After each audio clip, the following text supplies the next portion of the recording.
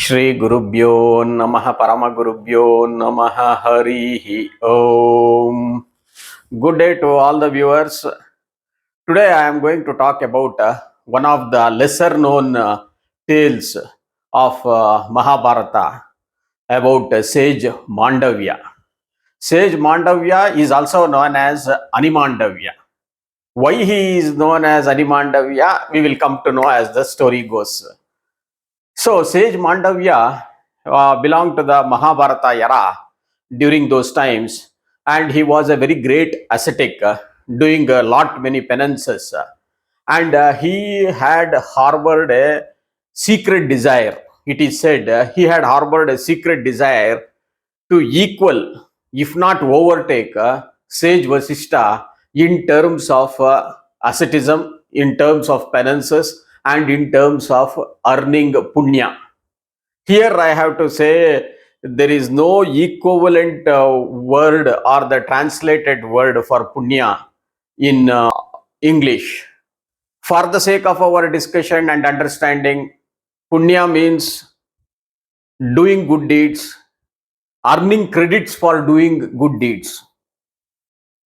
What type of credits? It's a moral credit or humanitarian credit. This is what we can call. Anyway, towards this end, he once was sitting in his ashram and started meditating as he was doing very often.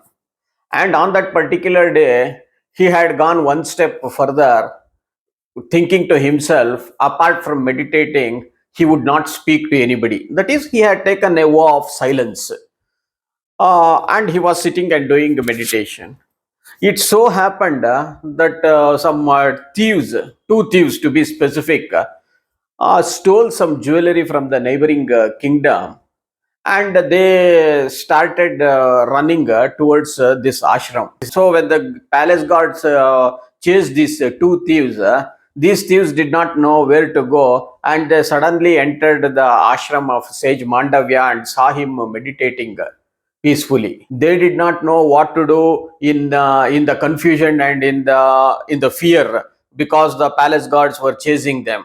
So they took the stolen jewelry behind Mandavya's back and they hid among the bushes or the trees which was in abundance in that ashram.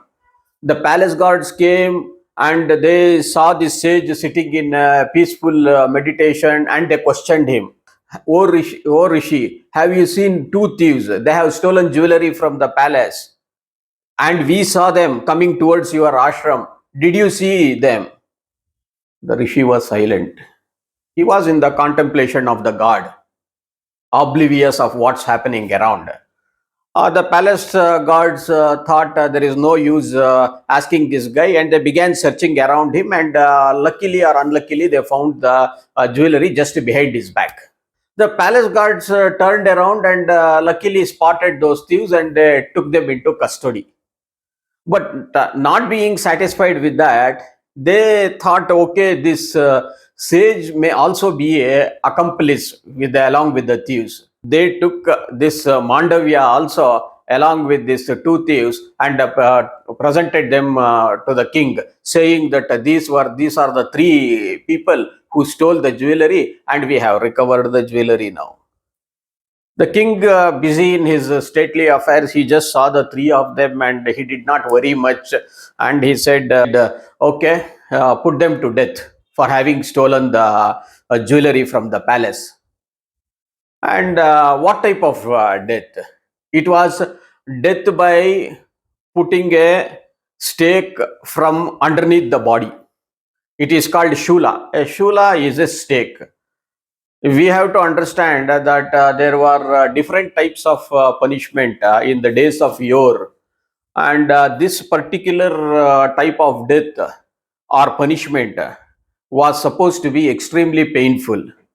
Typically, it was like this: a 1 inch or a 1.5 inch wooden stake would be prepared, and the top end of the stake would be sharpened just like a pencil, small pencil, but it is a much bigger one here, and that would be planted and fixed on the earth, and it will be about 7-8 feet in height, and the accused will be made to sit on that sharp edge, whereby the shula or the stake, wooden stake, where would be oiled nicely. The stake would pass through the underbody of the person, and it will slowly, as because of the gravitation, the person slowly comes down, and the shula enters, that stake enters, the wooden stake enters the body and comes out of the head, and the person will of course die.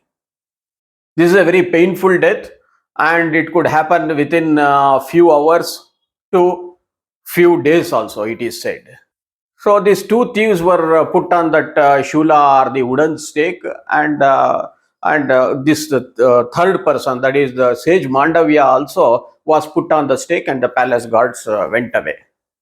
Few days later, when the palace guards happened to pass by that area, these two thieves were dead, because the stake had entered their body and it had come out of their head, resulting in their death. However, in case of Sage Mandavya, the stake had entered the body, but instead of piercing the head, it is said the edge or the tip of that stake came out through his neck, and he was still alive. Though in great pain, he was still alive. To the amazement of the palace guards, he was speaking to some birds in human language, and the birds were also replying to him in human language. This was overheard by the palace guards. What was the conversation between the birds and Rishi Mandavya? The birds were asking Rishi Mandavya, "Oh, great Mandavya, Rishi, you have done so much of penances in your life and in your previous births also, as we understand. But how come the king has punished you in such a cruel manner, in such a painful manner? Why is it so?" Mandavya replied, "See, whatever I am undergoing, this is not a punishment given by the people on the earth, though the king passed the judgment. It is given by someone else.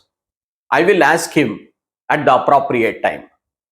When this conversation was going on, the palace guards were stupefied, and they ran towards the king and they said, "Oh, king, the two thieves whom we put on the stake were dead, but Sage Mandavya is still alive, and to our amazement, he is talking to the birds." The king suddenly realized that this rishi or sage is no ordinary man. Nobody talks to a bird in a human language and the bird replying in a human language. He must be some great ascetic. I think I have done a wrong. And he immediately asked the palace guards to remove the stake from his body. And when the soldiers tried to pull out the stake from his body from underneath, the stake did not come out. It was stuck in the body. So it had to be cut from the lower part of his body. And thereafter, the stake remained in his body forever. The tip of the stake protruding from his neck. So a tip is known as, a point is known as ani in Sanskrit. So from then onwards, since he carried that tip of that stake on his body, he was known as Animandavya, and doing a great tapas, and he began doing great penances, and he began doing great meditation. So much so, he acquired the power to travel physically from one loka to another loka. In Hinduism, as you all know, there are 14 lokas, that meaning 14 worlds. 14 worlds. This is one bhuloka, that is earth. Similarly, there are, from starting from earth, there are 7 lokas upwards and 7 lokas downwards. It is not the physical lokas. We should try to understand this here. It is not that physically one loka is above the other, or the other loka is above, and physically it is down. There is nothing physical here. It is based on the grossness and subtleties.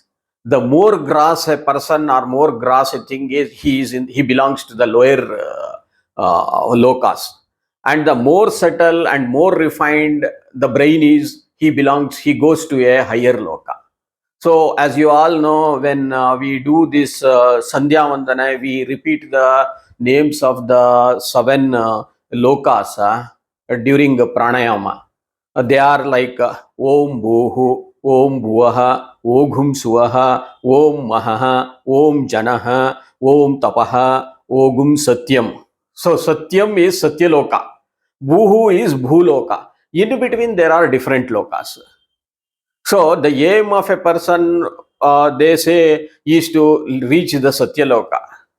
I may want to tell the listeners here, it is generally believed that Shankaracharya, the great saint, Smartha saint from Kerala, it is believed that he ascended the Satyaloka in his physical form.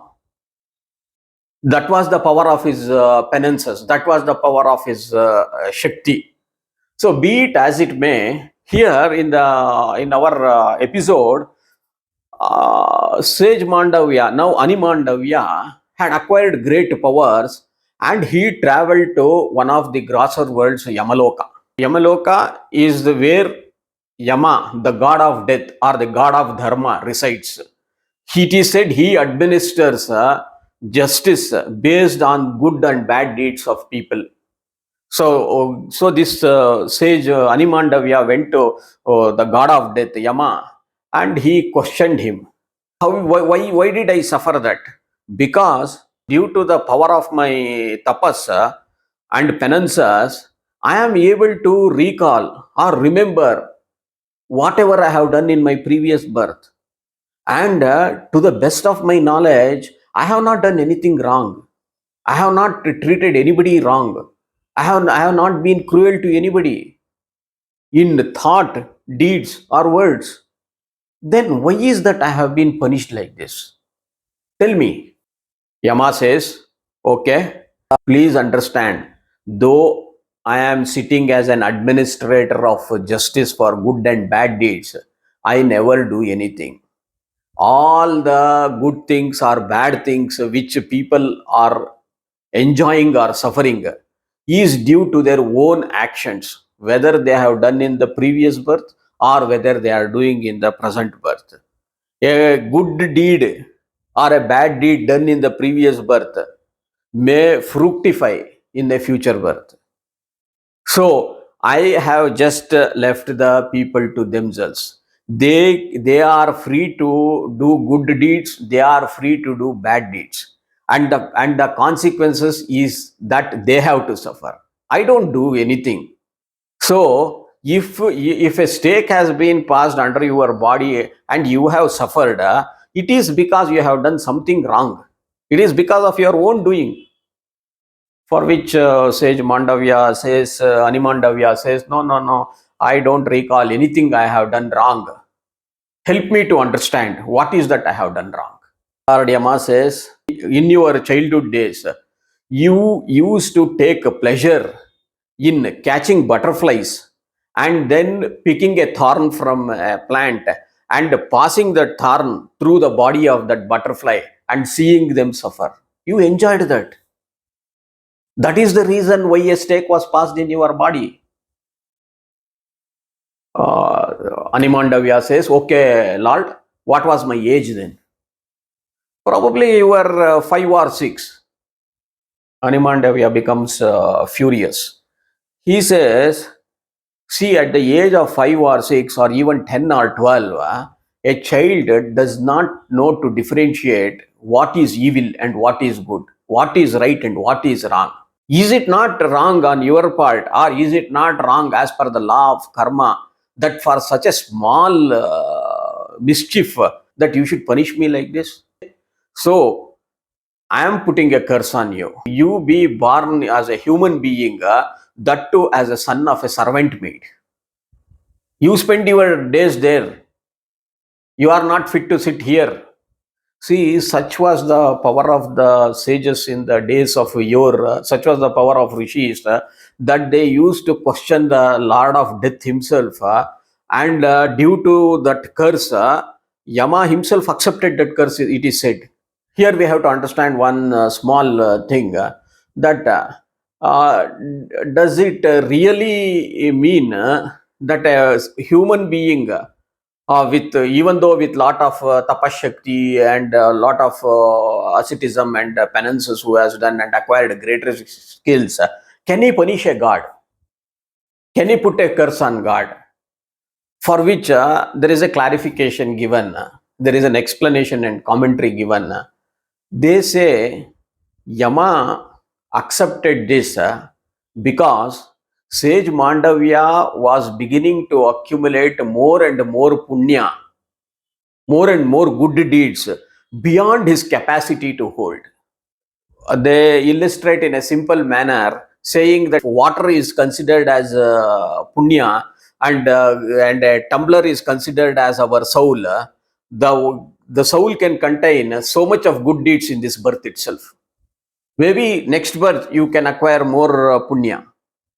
But as of now, our soul can acquire good deeds only to a certain extent. If we do the penances or if we do good deeds beyond that, it will go waste. However, there is one more dimension to it. When a rishi or a sage puts a curse on somebody, the good deeds will get reduced. So, Lord Yama accepted the curse so as to reduce the good deeds or the punya of Animandavya, which was getting wasted. The sage Animandavya, after having put the curse, he made one more rule on the earth, saying that whoever has done bad things in their childhood should not get punished. Till what age?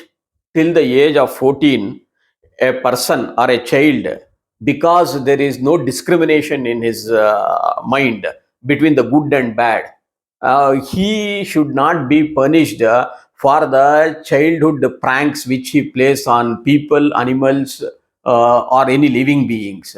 That is, once he completes the 13th year, he is considered to be a major as per our Shastras.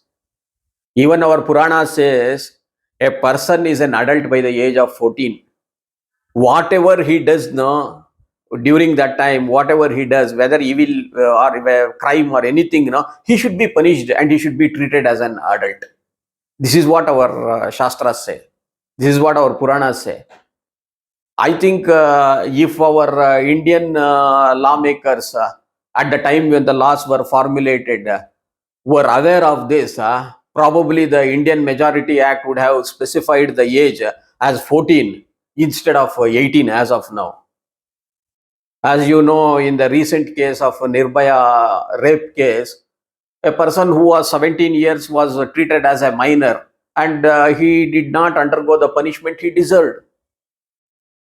But if our lawmakers were aware of this Animandavya's rule, which was there from the times of yore, he would be treated as an adult. Anyway, be it as it may. So, this is the story of Sage Mandavya, who came to be known as Animandavya.